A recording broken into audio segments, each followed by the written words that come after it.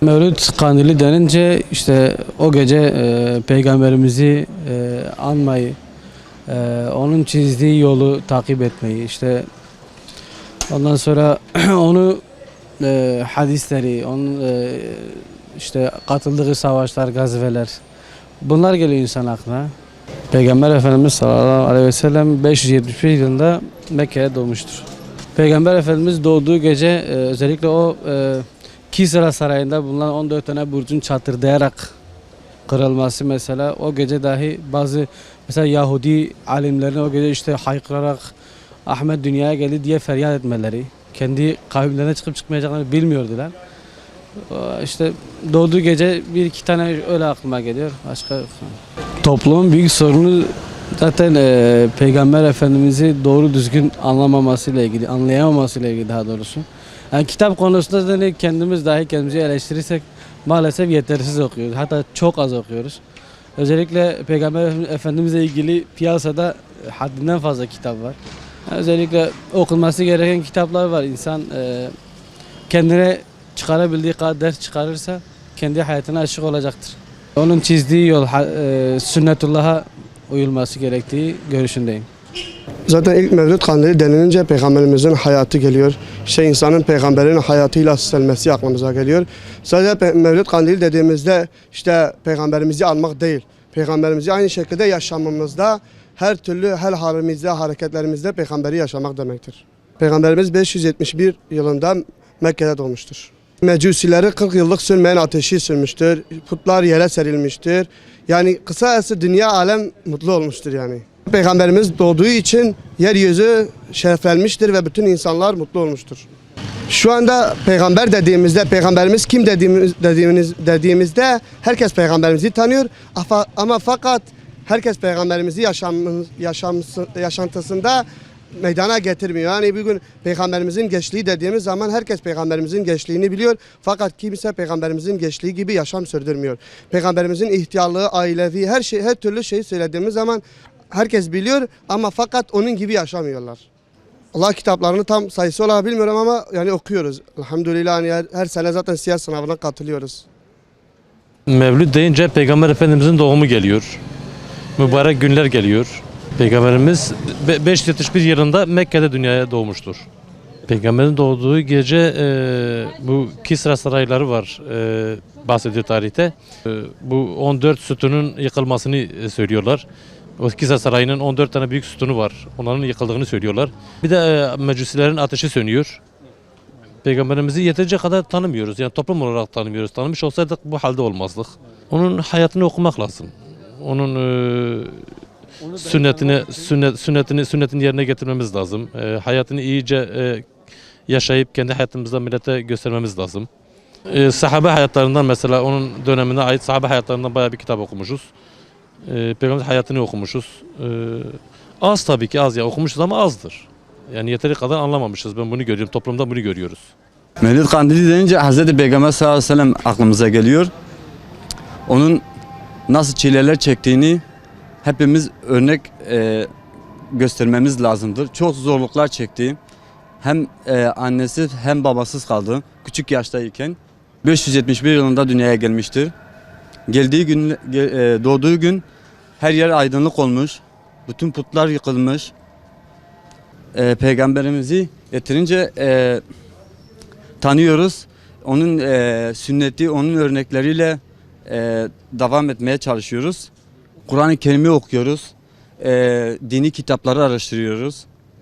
Her zaman onun için onun yolunda gitmemiz gerekiyor. Şimdi pazartesi oruç tutacağız ya. Onun için yani her pazartesi de oruç tutabiliriz. Kendimizi böyle alıştırabiliriz yani. O güne tek bakmamamız gerekiyor. Her gün Hazreti Peygamber sallallahu aleyhi ve sellem'in günü saymamız gerekiyor. Ve Peygamber Efendimizin hayatından bahseden kitapları da okumuşum. Peygamberime şoğer roja Mevlüt Kandili hati dünya ev biya ev te biramı go velediye ve roja velediye. Peygamberime 500 hafte yekadiye dünyaya. Mucize vakti hati dünyaya او كيك فوت حمش هات نشكاندن انت في ناس كن پیغمبر عليه الصلاه والسلام شو ناس ناكن قرآن لهر دري بلابية قرآن حمد حي بداية وتف هر كسوي ناس كي ما خندنا متحيد قرآن دبيجي ما قرآن خندية قرآن إذا حمد حي بياتي كرن هريرم كتاب جي خندنا من نائب بيرام ذيقا كي خندنا شوا Mevlüt denince aklımıza Peygamberimizin doğumu gelir. Dünyaya teşrifleri gelir. Peygamberimiz 571 yılında Mekke'de doğmuş. Peygamberimizin doğumuyla birçok mucize gerçekleşmiştir. İran'da 1000 yıldır bir sarayda yanan ateş sönmüş ve putlar devrilmiş. Çok mucizevi olaylar meydana gelmiş. Tabi haliyle biz Müslüman olduğumuz için Peygamberimiz bizim için vazgeçilmezdir. Sürekli onu hayatını kendi hayatımızda yaşatmaya çalışıyoruz. Tabi bunu dahi tanımak için yeni nesillere onun hayatını aktarmamız lazım. Kendimiz okumamız lazım.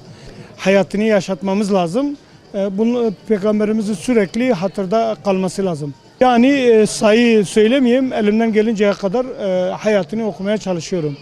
Mevlüt Kandili denilince Peygamberimiz Hazreti Muhammed sallallahu aleyhi ve sellem aklımıza geliyor. Onun hayatını, onun sahabeni ve İslam'ı aklımıza geliyor hocam. Peygamberimiz 571 yılında Mekke'de doğdu hocam.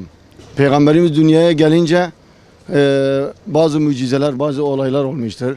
Bazı putlar yere serilmiştir. Peygamberimizi yani Allah'a şükür hayatını, şeyini okuyoruz, tanıyoruz. Bir Müslüman olarak Peygamberimizi tanımak lazım. Onu tanımak için çok okumak lazım. Onun hayatını, onun sürdürdüğü yolu takip etmek lazım. İslam'ı takip etmek lazım. Elimizden geleni İslam'ın yolunu takip etmek lazım. Peygamberimizin hayatı hakkında bir 10 tane kitap onun hakkında ve sahabelerin hakkında onun yolunu mücadele eden kitap okuduk elhamdülillah. Mevlüt Kandili denince Peygamber Efendimiz Aleyhisselatü Vesselam aklımıza geliyor. Dünyaya teşrik etmesi aklımıza geliyor. Onun dünyaya rahmet, merhamet peygamberi olduğu aklımıza geliyor. İnsanlık geliyor, ahlak geliyor, güzellik geliyor. Hiç yoktan cehalet toplumuna bir rahmet, bir merhamet aklımıza geliyor. Bayanların diri diri gömüldüğü bir dönemin işte bir rahmet, güzel insanlığa verilen değer, bayana verilen değer aklımıza geliyor. Birçok güzellikleri aklımıza geliyor. Peygamber Efendimiz Aleyhisselatü Vesselam 571 yılında dünyaya gelmiştir. Ve o şekilde Mevlüt Kandili olarak anıyoruz Peygamber Efendimiz'i. Peygamber Efendimiz doğduğu gece, o gece mesela İran'ın Kısra Sarayı denilen bir sürü o kırılmayan büyük sarayların yıkılması aklımıza geliyor. Bu mecusilerin bin yıllarcadır sönmeyen ateşi tek seferde sönmesi geliyor. Ve o zaman batıdan ve doğudan doğan meşhur olan yıldızların salkım gökyüzünden yere yaklaşması geliyor. Ve Mekke'de birçok putun yüzüstü devrilmesi aklımıza geliyor. Elhamdülillah çok iyi tanıyoruz. Peygamber Efendimiz Aleyhisselatü Vesselam hayatından birçok güzel örnekler vardır. Özellikle Allahu Teala'nın Ahzab suresinde 21. ayeti kerimede bize söylediği gibi andolsun ki Allah'ı ve Resulünü ve ahiret gününü umuyorsanız Allah Resulü'nde ise apaçık güzel örnekler vardır. O şekilde elhamdülillah onun aile ahlakıyla birlikte ticaret ahlakıyla ve ona benzer sosyal ahlakıyla birçok şekilde tanıyoruz ve onu örnek almışız elhamdülillah. Onu daha iyi tanımak için onu örnek alıp hayatını kendimize tatbik edip toplumda aynı o şekilde onun gibi yaşamamız gerekiyor. Elhamdülillah bu sağ olsun bu peygamber sevdaları her ay her yılın yaptığı siyer sınavı vardır. O kitapları kendimize örnek alarak elhamdülillah okuyoruz. Siyer kitapları vardır. Salih Sürücün vardır. İslam tarihi Asim Köksal'ın kitapları vardır. Okumuşuz elhamdülillah. 3-4 kitap okumuşuz. Çok güzel örnekler almışız. Elhamdülillah hayatı bize örnektir. Mevlüt Kandili denince Peygamber Efendimizin doğumu aklımıza geliyor. Peygamberimiz 571'de dünyaya gelmiştir. Peygamberimiz doğduğu zaman sayılmayacak nimetler oldu. Putlar devrildi. Dünya bir başka bir oldu. Yani. Toplum farklı bir şey oldu yani. Toplum aydınlandı daha öyle diyelim. Peygamber Efendimiz'i yeterince tanıyorum. Peygamber Efendimiz'i tanımak için ibadet farklı hayatını okuyoruz. Sünnetlerine bakıyoruz. Öyle. Peygamber hayatımız yaşama hakkında 3-5 kitap okumuşuzdur. Mevlüt Kandili denince Hazreti Peygamber'in şeyimize geliyor. Anlamına geliyor. Peygamberimiz 571'de Mekke'de doğmuştur. Peygamberin gelince Kabelerin putları yere serilmiştir. Müslümanlık dünyaya gelmiş mesela. Peygamberimiz Allah bize gönderdiğimiz Hazreti Muhammed son peygamberdir. Bizi namazı öğretti, bize Müslümanlığı öğretti. Onu tanımak için namaz kılmalıyız, oruç tutmalıyız, zekat vermeliyiz. Mesela sohbet yapmalıyız. Yani Peygamber hayatı şeyinde mesela biz kitaplar okuyoruz, Kur'an-ı Kerim okuyoruz. Mesela Müslümanların işi böyledir mesela. Kur'an-ı Kerim bize indirilmiş, sünnetidir. Biz okuyoruz. Biz okudukça yolunda inşallah şaşmayız.